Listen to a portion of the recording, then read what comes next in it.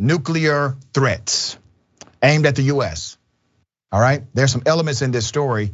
Some I've already predicted on Indisputable. Let me give you the background. So as Russia continues to invade Ukraine, an independent sovereign nation, a functional democracy, as they continue to do this evil deed, there are evil deeds being done inside of Ukraine as well. I highlighted those yesterday, and I will touch on some of that today. It was Sunday when Putin, in a televised meeting with the country's top defense officials, had the following to say. Top officials in leading NATO countries have allowed themselves to make aggressive comments about our country. Therefore, I hereby order the Minister of Defense and the Chief of the General Staff to place the Russian Army Deterrence Force on combat alert. What does all of that mean? That means that he's ordering nuclear weapons to be war ready and war capable, okay? That's one. It gets deeper. He has placed the country on its highest state of alert. Russia's nuclear weapons are part of its deterrent strategy. Russia took control of arms from other former Soviet republics, including Ukraine and Belarus in the 1990s.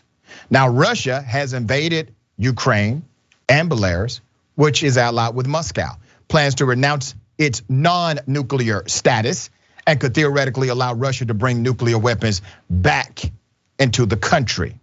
And breaking news today shows Belarusian troops have been spotted joining, this is according to breaking news today, joining Russian forces. However, this has been denied by their leader. President Joe Biden was asked, is this a concern? He said, no. When asked about the prospect of nuclear weapons, Joe Biden is incorrect. It is a concern, okay? It's not only a psychological concern, it's a real life concern. Biden is completely incorrect on this. The threat is not unprecedented. CNN spoke with authors of the 2017 book, Nuclear Weapons and Coercive Diplomacy. They documented 19 instances of nuclear threats and coercive language in the post-World War II era.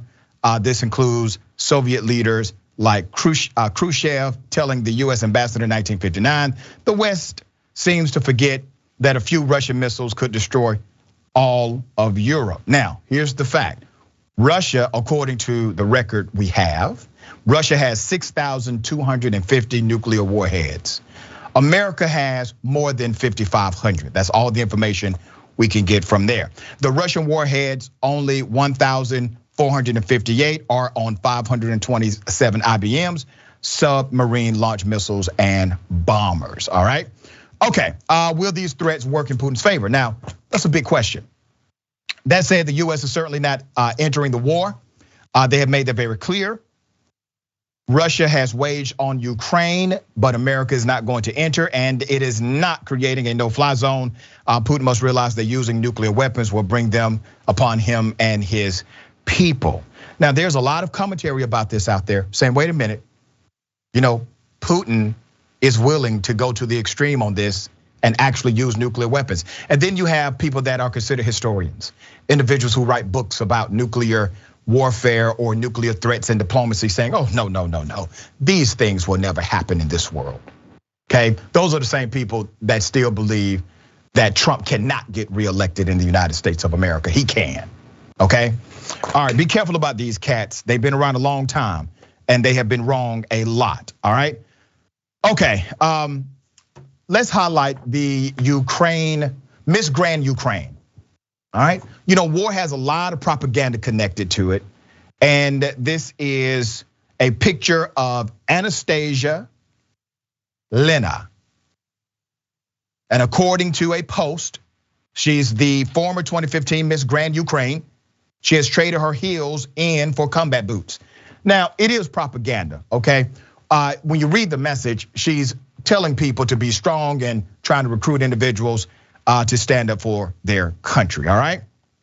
Now, another part of this that has been highlighted recently, and I said this yesterday, if Ukraine does not figure out how to speak directly to the apparent racism the discriminatory actions of other Ukrainians, if they don't say something, African nations in particular will not be able to continue to support them internationally. I said that yesterday. I said it right here on Indisputable. That will happen.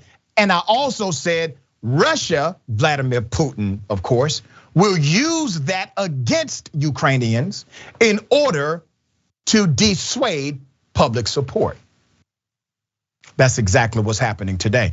So now you've had the Nigerian government, they have come out and denounced the actions of Ukraine. Nigerian government has condemned the treatment of thousands of its students and citizens fleeing the war in Ukraine amid growing concerns that African students are facing discrimination by security officials and being denied entry into Poland.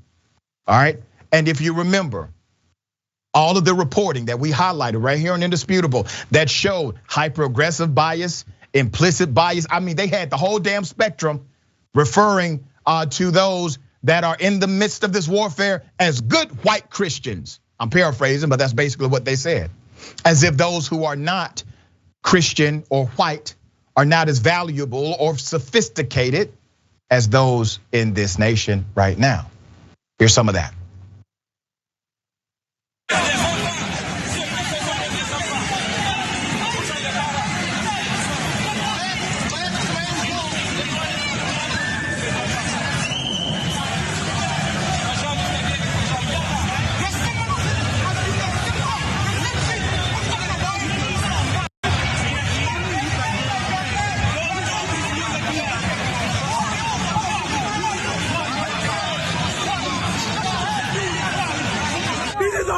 This is unfair. Why point guns and foreigners? Why point guns and guns? Why point guns on us? You have to find Russia. Please go live on Instagram. We don't have arms. We don't have arms. We are students. We are students. We are students. What's up? We are students. We are students. You don't understand. But you're not black, so you cannot talk. Dude, they can't shoot us off. Thank you. King. Пане. Ван'ю, я тобі зараз скажу, хто я. Привіт. Я зараз цей телефон. Do not allow the ideology of politics to evaporate the humanity that still exists inside of you. These are human beings. These are men, women, children. These individuals are living. They are our brothers and sisters in humanity. Here's the reality. Yesterday, some of you did not like the fact that I highlighted the reality of what's happening in Ukraine. You tagged me on social media and said things like, Doc, is it really time to focus on this? Doc, you're becoming a puppet to Vladimir Putin. The silliness of that statement. You see, I make life simple. I tell the truth and don't give a damn who it offends. Now, the truth is what Russia is doing in Ukraine is immoral and wrong. The other truth is what Ukrainians are doing to Black Africans, that's wrong too. You don't trade one wrong for another. And if we start doing that, if we start justifying what we are willing to look away from, what we are willing to ignore, what makes you better than the other side? Because they have justification after justification for looking the other way when Marjorie Taylor Greene speaks at a white supremacist rally. They have justification for white nationalists marching down streets and running over peaceful protesters. Truth don't care who says it. Rayyvana, thoughts?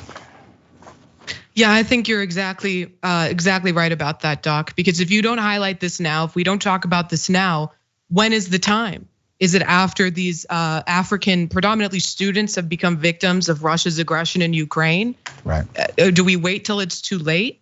But I also think that it's important now to highlight the disparate treatment by particularly Poland towards the Ukrainian refugees versus the refugees coming from Ukraine, but who are predominantly African students. And I think that it's emblematic of also the way that Poland and other countries in the area treat refugees coming from Syria predominantly. They've been passing legislation and arming their border to prevent these refugees from coming in, versus now it's predominantly open arms towards white Ukrainians versus the disparate treatment of the black immigrants or black refugees coming from Ukraine as well. And it's also highlighted in the way that the media is treating Ukrainian refugees versus, we can just point to just a few months ago, the treatment of potential Afghan refugees who were presented to be a threat to democracy, who were going to come to America